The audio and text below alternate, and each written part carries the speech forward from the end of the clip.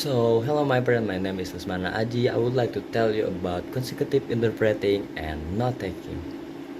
For the first, consecutive interpreting is a mode of interpreting in which the speaker makes a speech whilst the interpreter takes notes. The interpreter then reproduces what the speaker has said for the audience. Usually, you will find the consecutive interpreting in meeting, conference, and hospital.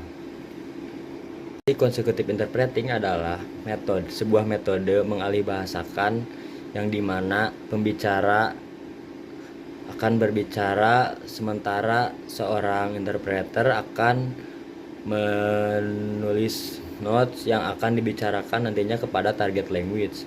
Dan biasanya consecutive interpreting ini akan ditemukan biasanya dalam keadaan meeting atau sidang di rumah sakit dan lain sebagainya. For the consecutive interpreting has the three main action, and for the first, listen actively or understanding what the speaker say. In this session, you need to listen what the speaker say, and then make sure if you got the point from the speaker. And then for the second, analyze or take the structure notes. In this session, you need to take notes, the topic, what the speaker say, and analyze if your note is very clear before you speak the topic to target language. And for the last is reproduce or communicate. In this session, you have to process the word from the notes you you have written, and make sure if the target language will getting the topic about what the source language saying. Jadi 3 aksi dalam consecutive interpreting itu, yang pertama adalah listen actively, yang dimana kita tuh harus mendengarkan apa yang dibicarakan dari bahasa sumber.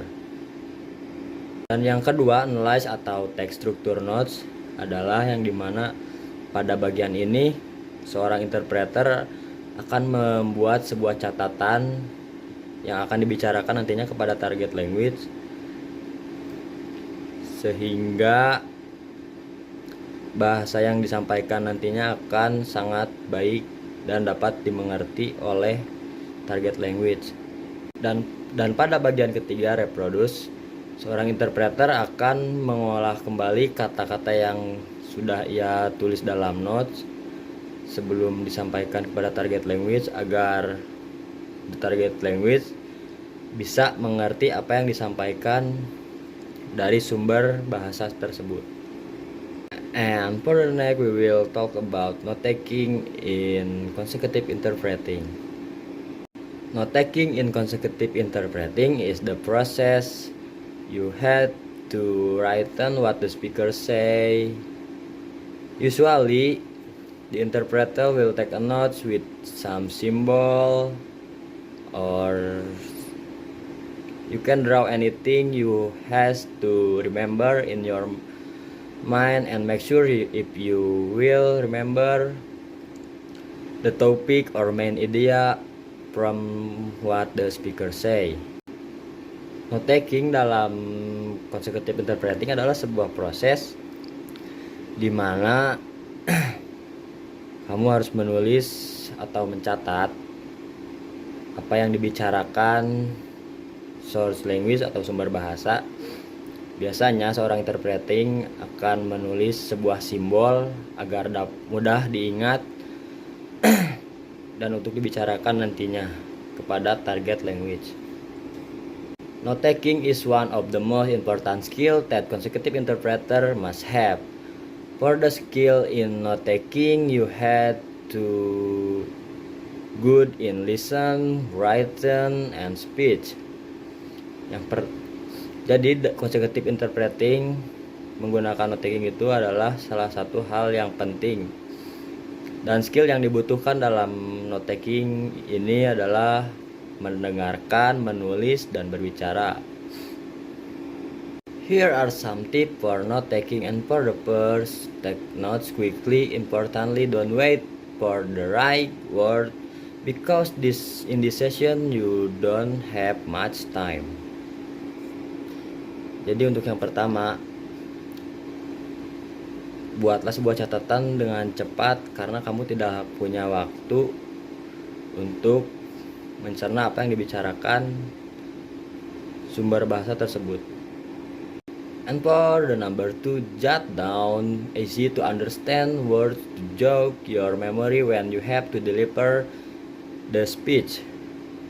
Jadi pada bagian kedua, tuliskan kata-kata yang mudah dipahami untuk membalikan ingatan Anda ketika menyampaikan sebuah gagasan. And for number 3, make legible notes so that when you feel stressed about delivering the speech. Jadi yang ketiga itu adalah buatlah catatan yang mudah dibaca agar kita tidak merasa stres dalam menyampaikan pidato dan tidak akan membuang waktu saat mencari ide. And for number 4, use a large font size that easy to read from afar. Jadi pada yang keempat adalah gunakan ukuran font yang besar sehingga bisa dibaca dari jauh. And for number 5, avoid using ambiguous abbreviation. For example, in should not mean independent in some case and industrial in other. Jadi hindari penggunaan atau singkatan yang membuat kita bingung gitu, seperti in dan independen. And for the number 6 is use existing symbol and never encounter symbol that are not easily recognizable during a speech. Jadi pada nomor 6 adalah gunakan simbol-simbol yang ada dan jangan sekali-kali menjumpai simbol-simbol yang tidak mudah dikenali sehingga membuat kita bingung atas apa yang kita tulis. And for number 7, change the structure of the notes using your good judgment, always respecting the cohesion of speech and the intention of the speaker. Jadi pada nomor 7 adalah ubah struktur nada menggunakan penilaian Anda yang baik dan selalu hormati koreksi nada yang kamu bicarakan atau maksud dari pembicara. So guys, that's all about consecutive interpreting and note taking from me. Thank you for your attention and I'm so sorry I'm not good in English and thank you for your attention. Assalamualaikum warahmatullahi wabarakatuh. Bye bye.